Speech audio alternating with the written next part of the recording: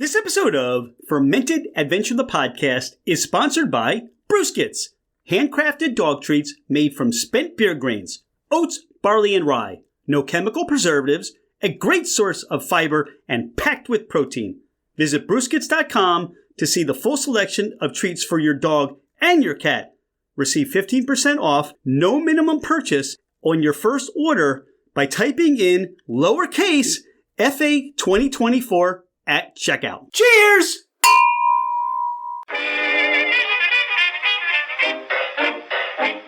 Hello, ladies and gentlemen, craft spirit enthusiasts, and those interested in the intoxicating world of craft distilleries, cideries, meaderies, wineries, and the occasional foray into breweries.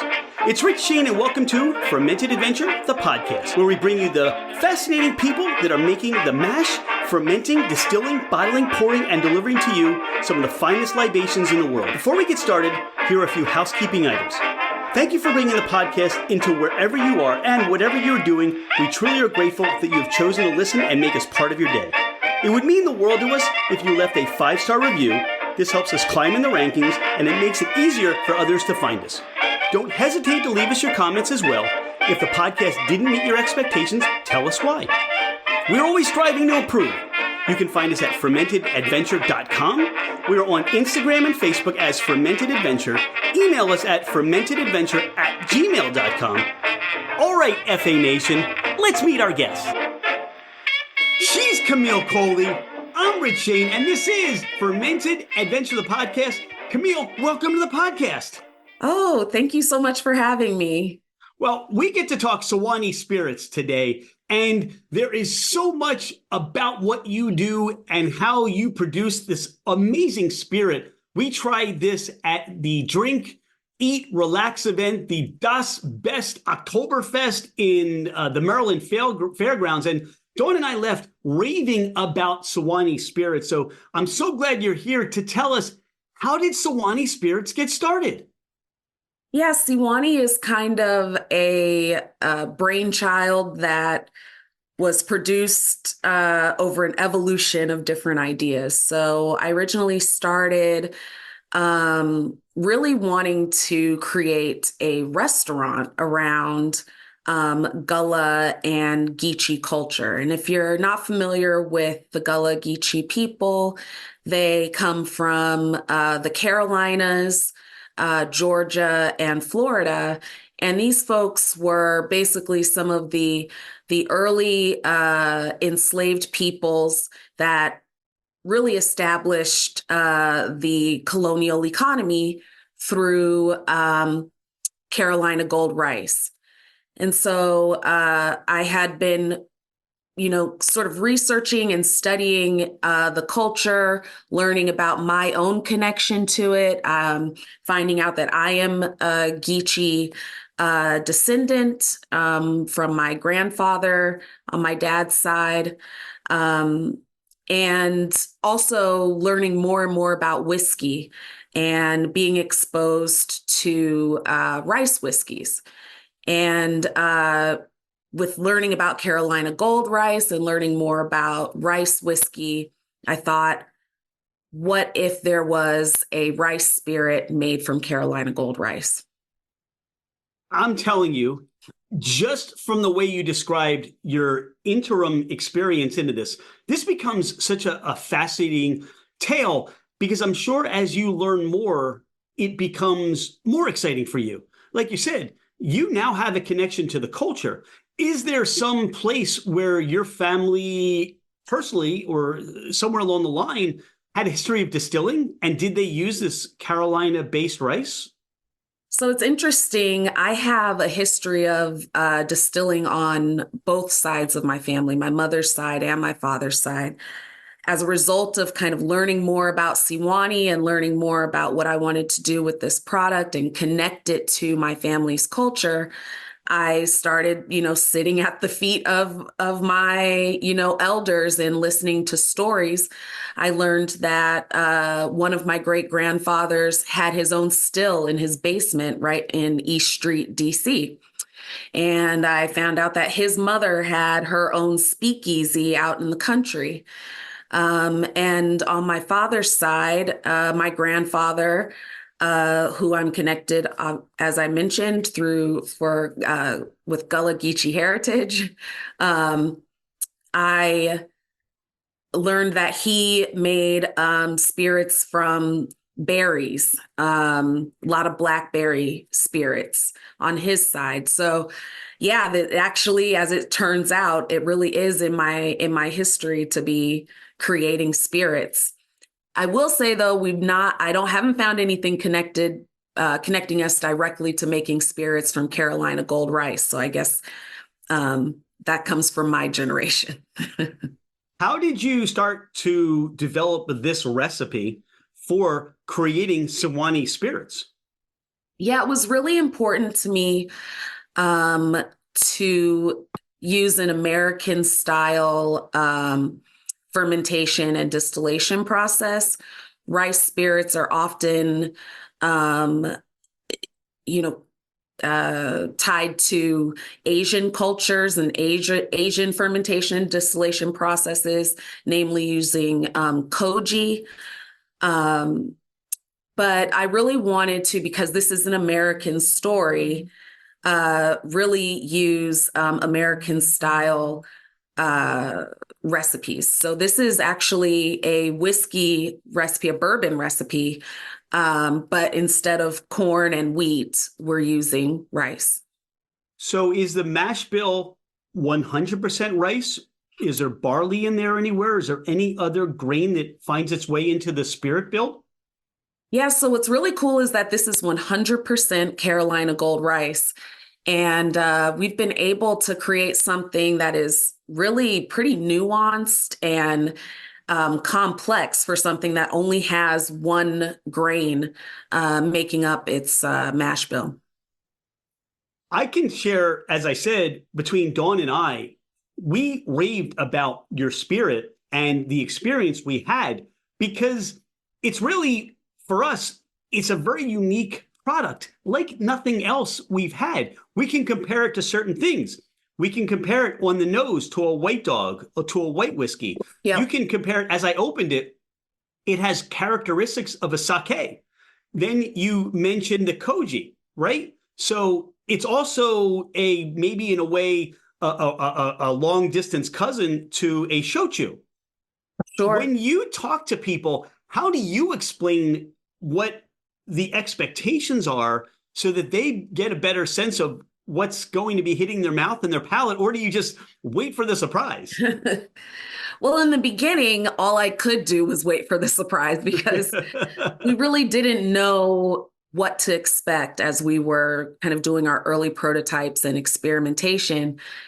And we were surprised that what we found were these notes of like buttered popcorn or even kettle corn on the nose. And then when we tried it, we got some kind of earthy vegetal notes, but even some vanilla in there. And because of the yeast that we use, there are even some agave notes. And so the way I tend to describe it as this is going to be more interesting than a vodka. It's going to be less scary or less intimidating than a gin because we don't use any juniper or anything like that to flavor it. And it's not going to be as sweet as a white rum.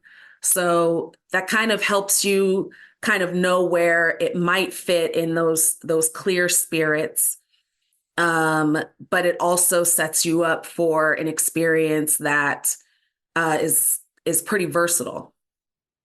I am certainly guilty, as charged, of I keep telling people, or in the beginning, with my excitement of sitting down and speaking with you, I kept saying Siwani vodka, and and Dawn kept saying it's not a vodka, and there's so much to it. But is there that confusion to the consumer that they see that clear spirit and then their mind goes, oh, that's a vodka, right? Is that, I mean, there are challenges, I think, that what you're, working with daily to meet that consumer at a point where they are understanding what this is, right?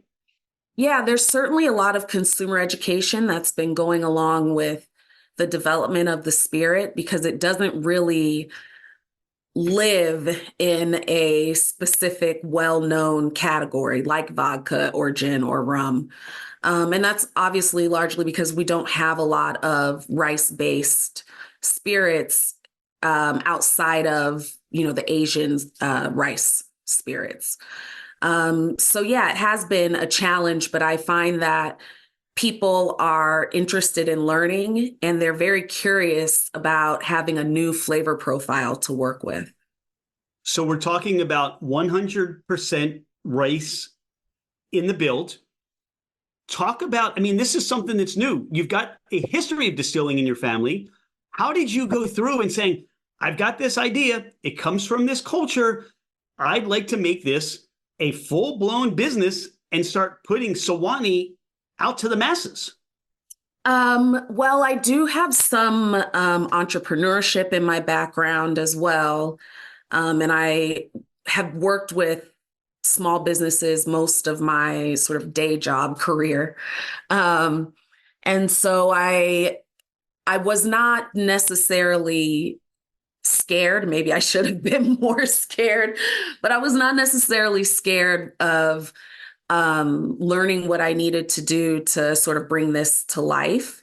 And I was also very fortunate that I already had sort of a community within the spirits industry where I could ask questions and figure out how to build the right partnerships to be able to bring this to life.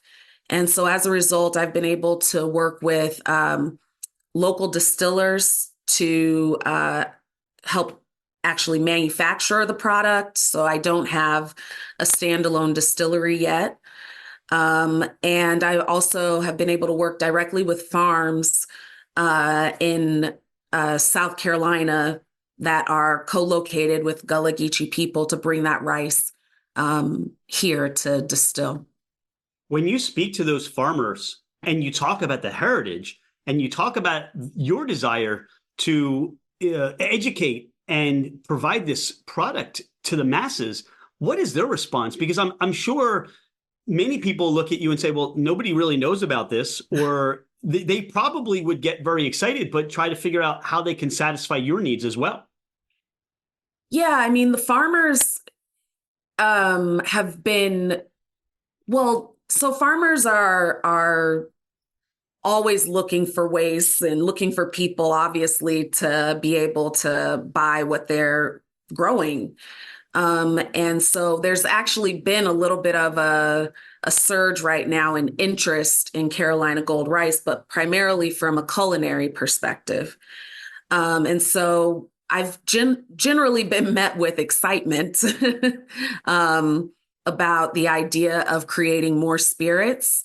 There's a pocket of this industry, this rice-based spirits industry in the Carolinas where they are using Carolina Gold rice.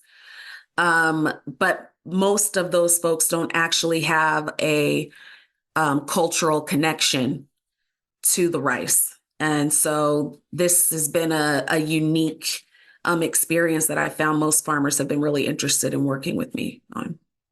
You touched in the beginning of our conversation about a desire to open a restaurant or have some sort of culinary connection to the Gullah and GeeChee foods. What was that for your, are you a chef by trade? I know you said you're an entrepreneur. I'm interested to know what your ideas were as you were kind of formulating them. So not a chef by trade. I wanted to be a chef, but my parents said, you will go and get a science degree, and that is that. But yeah, all my life really loved cooking. It was a passion of mine. And when COVID happened, I had the opportunity to really dive a lot more deeply into my family's history and learning a lot more about the Gullah GeeChee culture. And as I was thinking about trying to come up with this restaurant concept, I really wanted to connect this passion that I have for cooking with this passion that I have for learning about my family's history. And so that's how those things kind of came together. And my father has always cooked traditional Gullah GeeChee meals for us, whether we really understood the history or not. So our house was full of things like shrimp Creole, which has connections back to West African red rice. He made us things like blackberry doobie and blueberry doobie, which is a dessert that folks in the Carolinas made in the summer because it used the stovetop instead of the oven. And so the house wouldn't get as hot.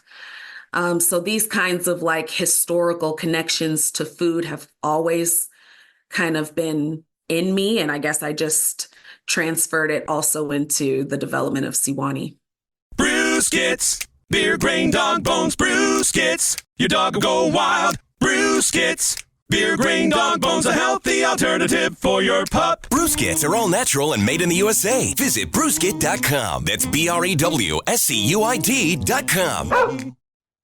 For you and what you're bringing to the consumer is you're bringing not only this race-based spirit, but you're bringing a history lesson and an understanding of part of our culture and development that has either been lost or is not readily available to how we get educated or what we are taught. And I think that's really important. And that is, to me, what makes this even more exciting, that I get to have more of a connection to a culture that is part of the fabric of the United States. Absolutely. And then you, like you said, you go deeper. You go into the foods and the history and the people, and you learn more about your family. And if I taste this, I have a connection now with you and all that goes along with your history. And that's a wonderful thing. Yeah, I mean, it has, it's been very interesting to watch the product not only build connections, just with, strangers, people that I meet at festivals, things like that, but even within my family as well, as the stories are coming out more and people are kind of even creating more community within the family too, because of learning more history about the family and wanting to learn more about, where we come from. What I, think about as you're saying that and building that connection to the families and history, it's something of the same the same process as something like Pituro. And Pituro is basically a Puerto Rican moonshine. And we've been introduced by Puerto Rico Distillery and Casa W Distillery to this Pituro. And what happens is I, meet somebody that's Puerto Rican and I can say, hey, do you drink Pituro? And it's as if I'm having this conversation in a language that I'm not supposed to know about. And right there, it creates a connection. Yeah. So, now with this Siwani, this rice-based distilled spirit, that I now have a connection to this culture. Yes. And we can have a conversation over spirits. Yes. And there's more that comes from that, right? Yes, absolutely. And that is actually one of the goals. I mean, a big part of this has been the recognition and understanding that a lot of Gullah GeeChee land and property has been kind of at risk lately because of the fact that it's prized. It's right there on the water. And so there are families that are being, sort of removed from, not even sort of, they are being removed from their family lands. And to be able to talk about the spirits and then be able to help people also understand why Carolina gold rice was so important and where those people are, and bring that back around to the fact that they need to be protected right now.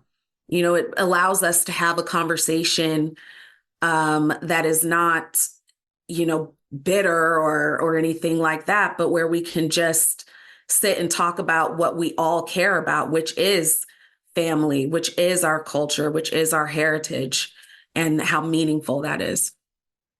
I think that is even more important today, to have those discussions, Absolutely. to understand people and understand where we've all come from.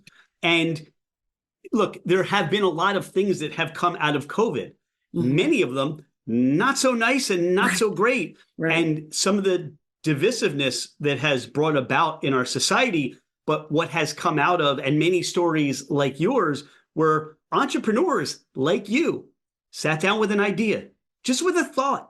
Right. And it manifested into this very day where you and I get to speak, and we get to talk about this wonderful spirit. Absolutely. And we have a conversation. I learned. I mean, this is my education. I now am learning something about something I had no idea about. And those listeners of the podcast go, wow, I didn't know that. I didn't know that existed.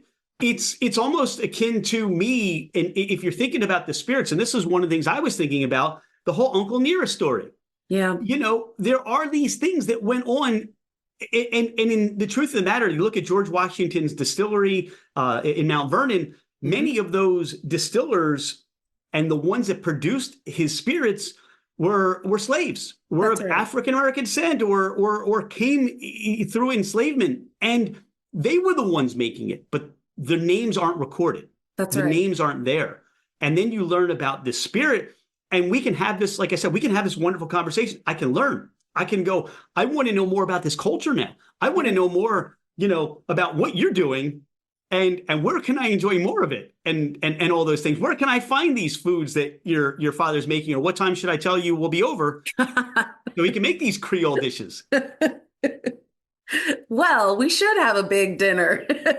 All right, we're on our way. Pardon the interruption. Thank you so much for listening to Fermented Adventure, the podcast. Could you do us a favor? Hit that follow button. It makes it easier for others to find us, and it helps us climb in the rankings. Take a screenshot of the podcast, post it, tag us, and let everyone know that you listen to the Fermented Adventure podcast. Now, back to our podcast. One of my favorite things to do is, while we're talking and getting this, having this conversation, is opening this bottle and nosing it. This is now hitting the air for the first time. And it really, what pronounced to me when I opened it, I got more of a rice, like a sake. It just opened up in the air. That was just opening the bottle and pouring it. Yep. And as it sits, as it opens, we're talking, I nose, and there's so many things that pronounce that come out of this. I still get that White Dog whiskey kind of a nose. I get a very juicy, as you talked about, even like a tequila or an agave spirit. Yeah. I get a sour note to it, like a citrus sour note to it. Yep. There was in the beginning, more so in the beginning than now, there was an earthy component to it, almost clay-like. Minerality. Yeah, yeah. And now it opens up to this bouquet. And to your point, other than not having the juniper, there are some notes of this could be a gin if it just had those notes of juniper on the nose. Definitely. It's and it fun. looks, it is very fun because there's so many, because of all of those different notes that you can pick up. That is part of what allows it to be so versatile. And I do tend to tell people that, if they like tonic, a really great way to kind of dip your toe into how to drink this would be with like a really nice tonic. Goes really well, or something citrusy. All right. So I'm thinking, all right, I try to build that cocktail, or I try to build that additional component to this as I'm sipping it. First of all, it's 90 proof. And this is one of those things that doesn't drink 90 proof, that is going to come back to you real quickly. And I think if you consume a lot very quickly, you're going to wonder how you got there, because this packs a punch, I will tell you. It does pack a punch. And I don't think people always anticipate that 90 proof kind of punch, but it doesn't punch you in the way that like vodka might punch you, where vodka kind of makes you gasp a little bit. I didn't gasp. It's the truth. I didn't gasp. This is a little bit more like that, that whiskey hug a little bit. And I kind of did want to keep that in there. So that's why we did leave it at 90 proof. I felt like a lot of the flavor that I really enjoy about this spirit was lost when we proofed it down to 80 proof. And so in order to keep it interesting, we left it at 90. Through the tasting that I've been doing, what I'm really enjoying that I'm left with is this was never in a barrel, but it still carries those essences of a barrel, even so that I would say if you use something like a heavy char, like a number 4, where you're getting those charred notes, almost like this tingly lemon lime, like it's there. There's a tingle, maybe like a Pop Rocks, right? And on the back of your palate a little bit. Yeah. And it just sits there, and it's a very, I'm going to say it's a very light pour. The body isn't there, but what the mouth experiences is there.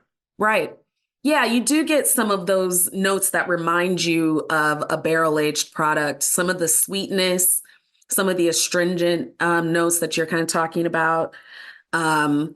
It's that kind of thing that lends it to also be a substitute in, your typical whiskey sour, or even we've worked with some bartenders that made a Vieux Carré with it.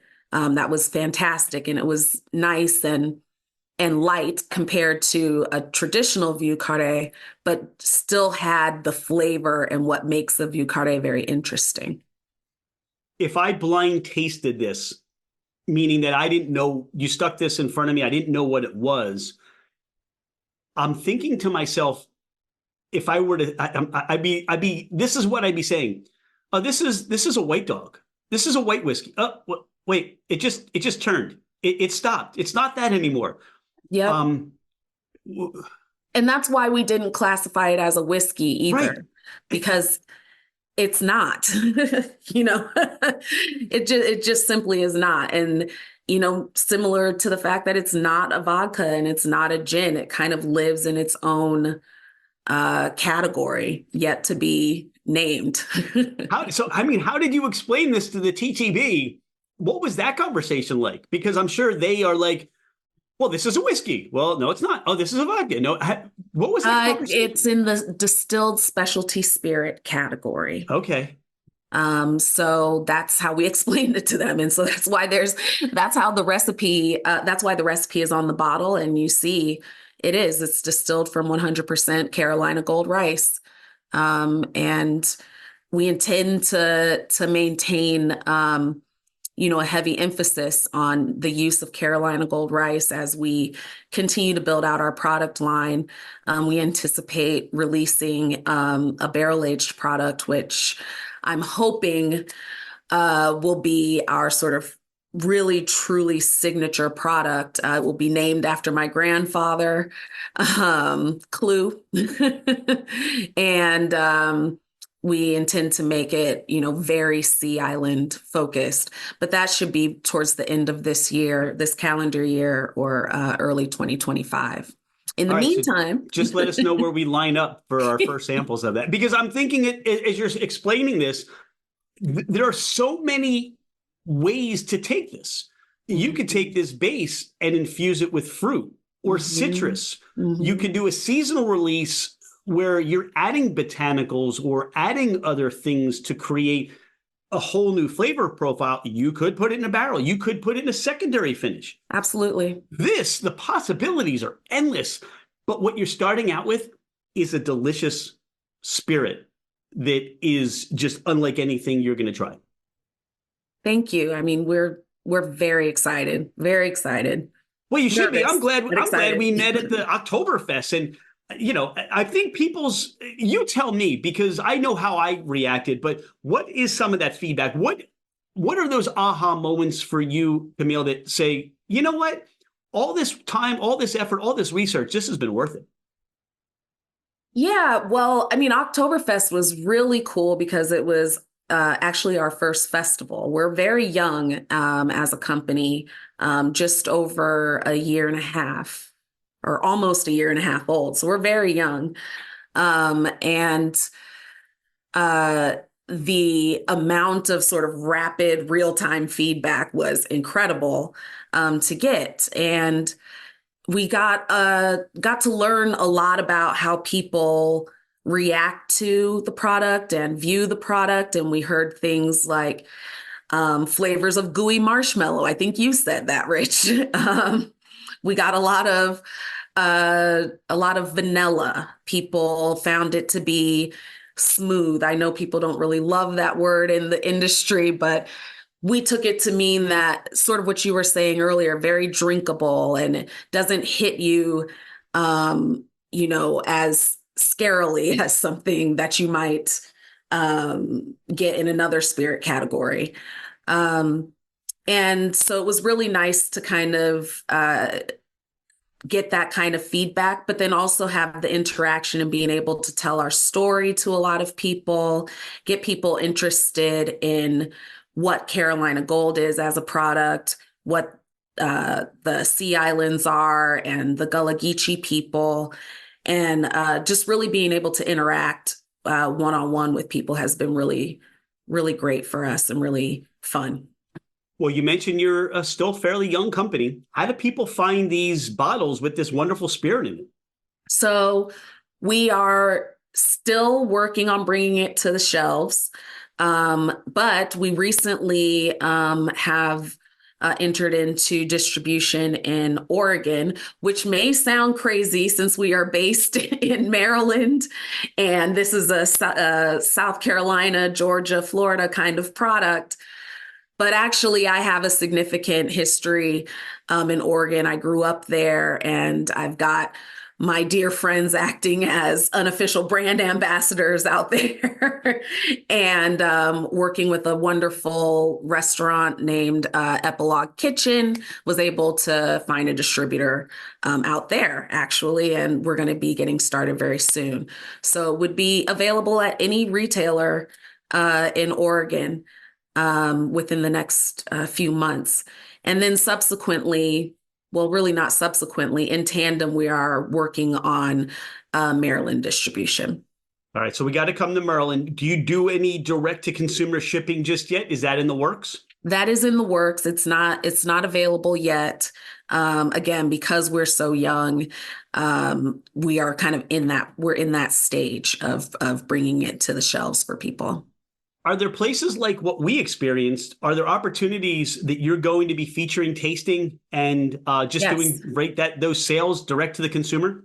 Yeah, so we will be going to some additional drink, eat, relax events this year. We intend to be repeats at the Das Oktoberfest, and also looking at events in Jacksonville, Florida, and Atlanta, Georgia.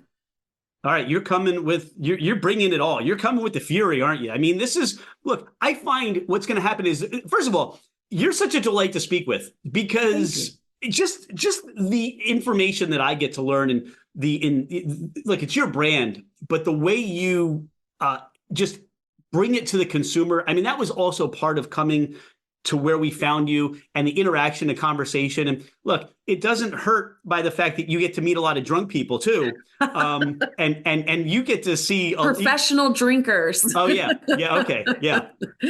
See, I love how diplomatic you are, but hey, look, you're going to these Oktoberfest things, like, everything in moderation. But I just try to wait for all the other cars to leave the parking lot before I get on the road.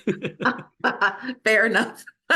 They are lucky to have you, with the relationship that you're making with Drink, Eat, Relax, because I think that whatever they're doing, and they're a great organization, but whatever they're doing, you're helping to raise that event to a higher level with what you're bringing here. Thank you.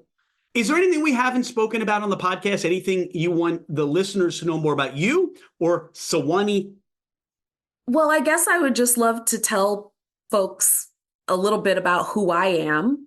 I don't have a long history within the spirits industry, but I've been very passionate about whiskey since a dear friend took me to actually a drink, eat, relax event. And I started learning about whiskey and how you can have a whiskey tasting in the same way that you have a wine tasting, and that there are flavor notes and it can be just as nuanced as that. And I think that that's something that I hope people keep in mind as they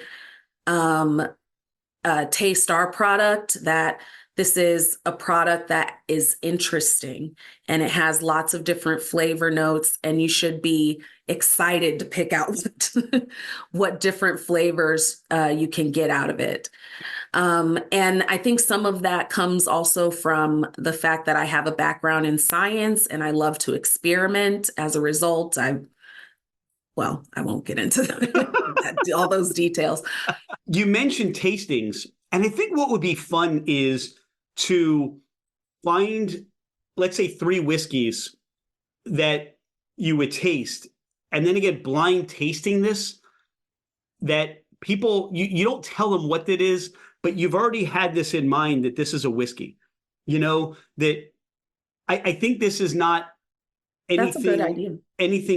You're not going to confuse this with being a single malt. You're not going to confuse this with being a Scotch or an Irish whiskey. But I think there's an opportunity where you can introduce this and not tell anybody what this is and see what the take is. Very similar that you can compare this to a clear spirit. And let's say you do a vodka tasting. And I have done vodka tastings where we've tasted a Russian vodka and an American-based vodka, and let's say a Finnish vodka. But, you can this becomes the outlier. Yeah. And as your palate gets used to that particular thing, what is the experience for people? What do they learn? What does the palate tell them it is? And I think that would be a fun thing to do, because that sounds like a great experiment. This is so unique. It's so much right fun. Up my alley. All right, let's do it. Okay. We have a good friend of the podcast, Sonia Hunt, and I know Sonia. Yeah. So if you know Sonia, a lot of that tasting, she does tastings that might be right up her alley to do. And as you expand, I know ABV Jobs. She can help you fulfill some of those parts that you need to. So take away that you're not always doing those. Camylle, this has been so much fun. I just want to thank you for your time today. Thank you so much for being a friend of Fermented Adventure. Thanks again for having me. Yeah, we can't wait to see what the growth of Siwani, is, and Siwani Spirits, and we'll be in line for the barrel. We'll be in line at Dad's house. You got to get us the address so we can come for dinner. But if you're in Maryland, anywhere near what you're doing, get to that tasting in Jacksonville. Look up Drink, Eat, Relax. Look at what they're doing, because this is one of those experiences you don't want to miss in your life. And yes, come see us. We can't wait to meet you. We can't wait to meet you, because we got to meet you. And this is what happens when you meet somebody like Camylle. Thank you. Thank you. Have an awesome day. Thanks. You too, Rich.